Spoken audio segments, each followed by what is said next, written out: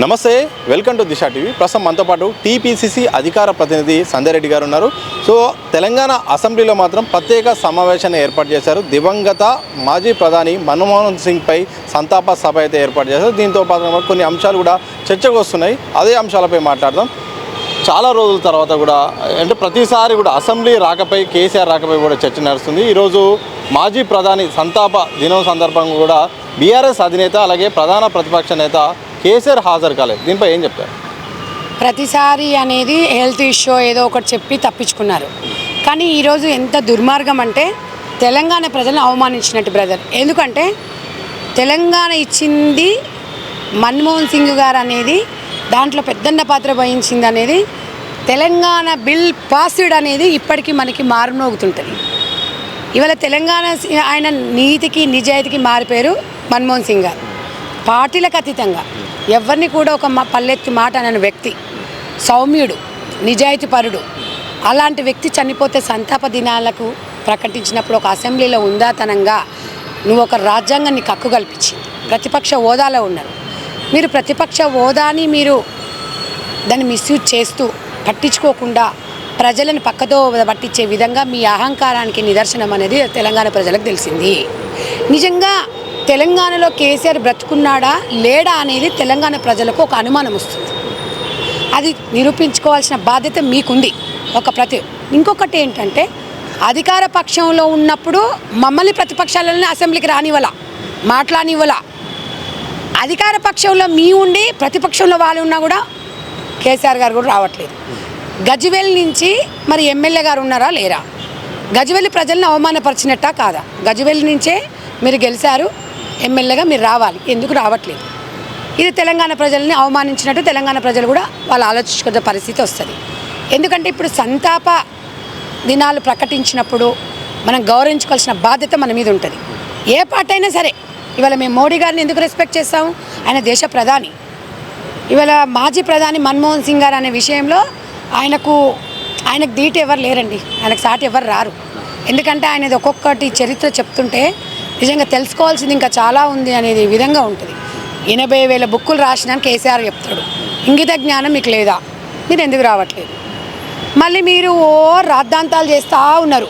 ఇక్కడ BJP party చేస్తుంది, ఇక్కడ బీఆర్ఎస్ పార్టీలు రెండు తోడు దొంగలాగా చేస్తున్నాయి. ఆయన చెప్తున్నాడు పీవీకి ఇవ్వలేదు, తెలంగాణ నాయకునికి ఇవ్వలేదు, ఇవన్నీ చేస్తారు. అసలు మీరు ఎవరికి ఇస్తున్నారని? మీ హోదా మీరు ఇలా ఇప్పటికీ గెలిచి సంవత్సరం అవుతుంది.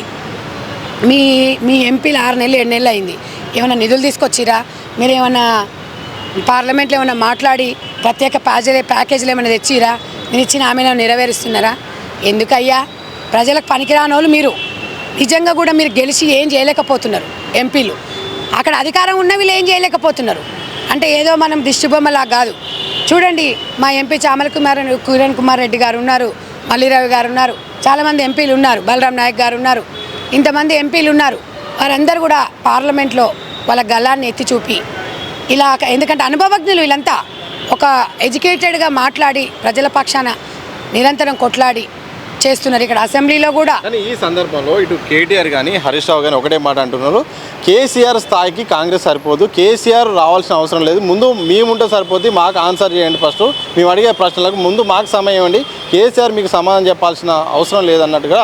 కాంగ్రెస్ పార్టీ అంటే రేవంత్ రెడ్డి గారు, కాంగ్రెస్ పార్టీ అంటే రేవంత్ రెడ్డి కాంగ్రెస్ పార్టీ అంటే తెలంగాణ ప్రజలు నిర్ణయించారు సీఎంగా. ఇవాళ రేవంత్ రెడ్డి గారిని ఒక్క మాట అన్నా కూడా తెలంగాణ ప్రజలు అవమానించినట్టే. మీకు ధీటు కాదంటే మీరెవడు? మీరెంత చెప్పండి, మీరెంత? మీ బతుకులు ఎంత? 20 ఏళ్ల కింద, 15 ఏళ్ల కింద కేటీఆర్ బతుకెంత బాబు? బాత్రూలు కడిగేటోడా, పెట్రోల్ బంక్లో పనిచేసేవాడు. వాళ్ళ చెల్లెనేమో లాక్మీ ఫౌండేషన్ బ్యూటీ పార్లర్ అమ్ముకునేది, టప్పర్వేర్ డబ్బాలు.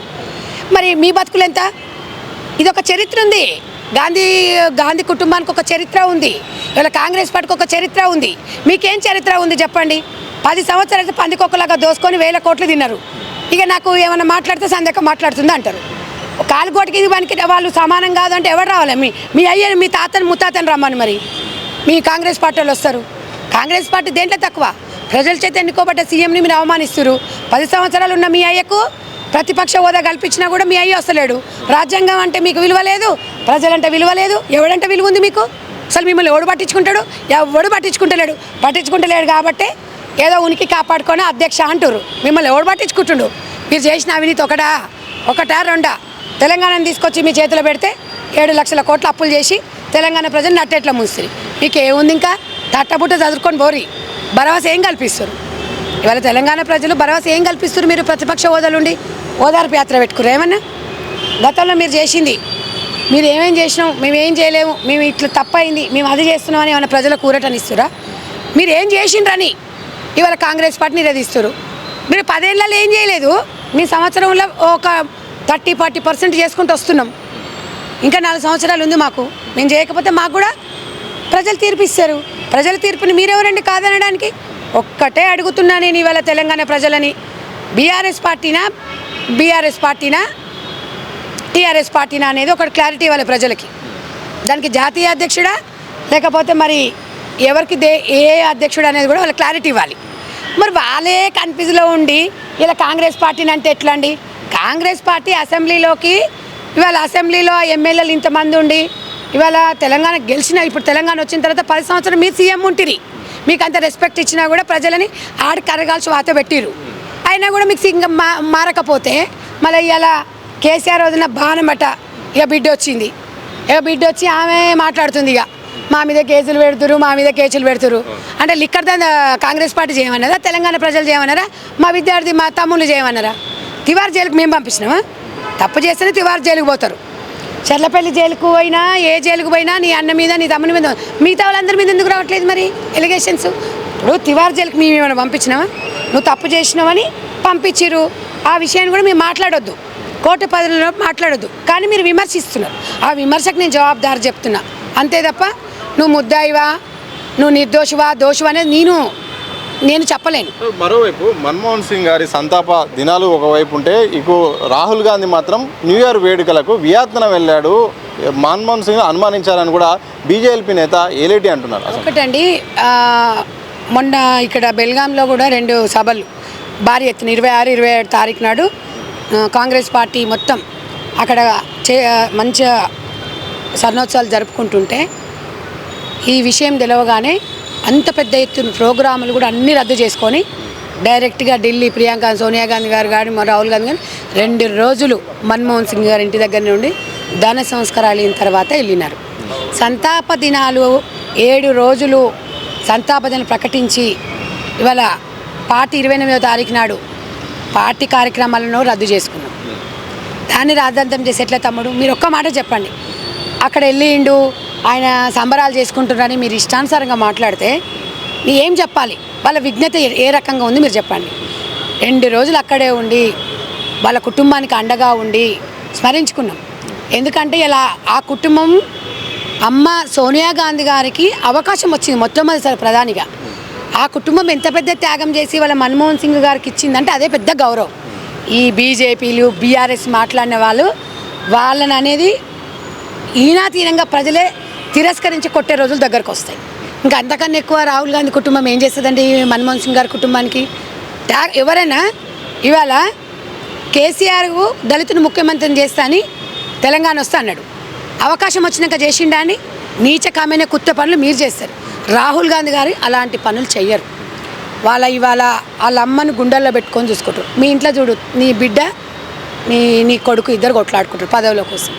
కానీ ఇవాళ ప్రియాంక గాంధీ గారిని రాహుల్ గాంధీ గారిని చూస్తే ఎంత ముద్దు ముచ్చట అనిపిస్తుందో నిజంగా. అన్న చెల్లెలు ఇట్లా ఉండాలి అని ప్రజలకు ఫస్ట్ అది ఉండాలి, అది కలిగించాలి. అది ఇవాళ రూమర్లు చేసి జల్సాలు చేయకపోవడం ఇష్టానుసారంగా రాసుకుంటారు, మాట్లాడుకుంటారు. ప్రతిదానికి మేము సమాధానం చెప్తాము. మీకు ఎవరి పనులు వాళ్ళకు ఉంటాయి. మన కార్యక్రమాలు అయిపోయింది, వెళ్ళిపోయినరు.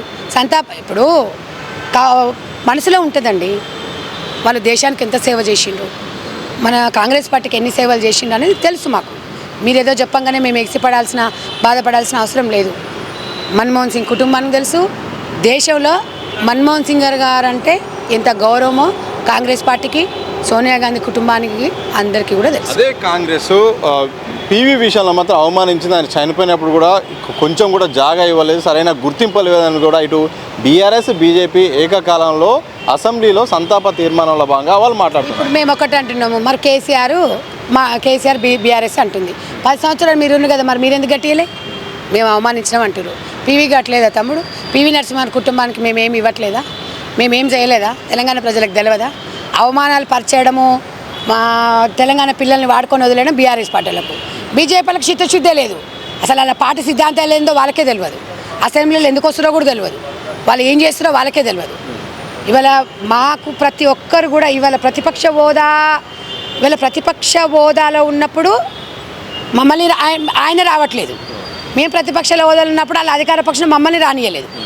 ఇవాళ సభకు రాకుండా డుమ్మాలు కొట్టేసి ప్రజలను అవమానపరిచింది కేసీఆర్. అంతకన్నా ఎక్కువ అహంకారం ఇంకేం చెప్పాలండి? మిమ్మల్ని గజ్వేల్ నుంచి ఎమ్మెల్యేగా గెలిపించిండ్రు, మీరు ఎందుకు అసెంబ్లీకి వస్తలేరు? ఇవాళ సువర్ణ అక్షరాలతోని రాయాల్సిన ఈరోజు అసెంబ్లీకి వస్తారని చాలామంది వెయిట్ చేసిండు. తెలంగాణ ఇచ్చిన తర్వాత నువ్వు 10 ఏళ్ళు సీఎం నువ్వు అయినావు. తెలంగాణ బిల్ పాస్డ్ అనే ఇప్పటివరకు చెవులో మారుమవుతున్న మన్మోహన్ సింగ్ గారు, అలాంటి వ్యక్తిని నువ్వు అవమానించినావు. నువ్వు జీవితంలో ఇంకా బాగుపడలేవు. ఈ పార్టీ ఇంకా అధికారంలోకి రాదు. నీ కుటుంబాన్ని ఎవరు కూడా ప్రజలు క్షమించరు అని చెప్పేసి గాంధీ భవన్ సాక్షిగా చెప్తాను. మొత్తంగా ఇది ఏదైతే కేసీఆర్ అసెంబ్లీకి రాకపోవడం మాత్రం తెలంగాణ ప్రజలను అవమానించడం. ఎందుకంటే తెలంగాణ రాష్ట్రం సిద్ధించిన నేపథ్యంలో అప్పుడు ప్రధానిగా మన్మోహన్ సింగ్ ఉన్నాడు. ఆయన సారథ్యంలోనే తెలంగాణ రాష్ట్రం సిద్ధించింది. మరోవైపు అసెంబ్లీలో కూడా ఎట్టి పరిస్థితులు కాంగ్రెస్ కూడా చాలా చక్కగా వ్యవహరిస్తుంది. ఇటు బీజేపీ కానీ బీఆర్ఎస్ కానీ కావాలని రాద్ధాంతం చేస్తుంది. పీవీకి కానీ అలాగే మన్మోహన్ సింగ్ను గౌరవించింది. వాళ్ళను దేశ ప్రధానిగా చేసింది మాత్రం గాంధీ కుటుంబమే. దాన్ని గుర్తుపెట్టుకోవాల్సిన అవసరం ఉందంటూ కూడా కాంగ్రెస్ స్పోక్స్ పర్సన్ అలాగే సంజయ్ రెడ్డి గారు స్పష్టం చేసిన సందర్భం చూడొచ్చు. కెమెరా పర్సన్ వంశీతో సతీష్ దిశ టీవీ, హైదరాబాద్.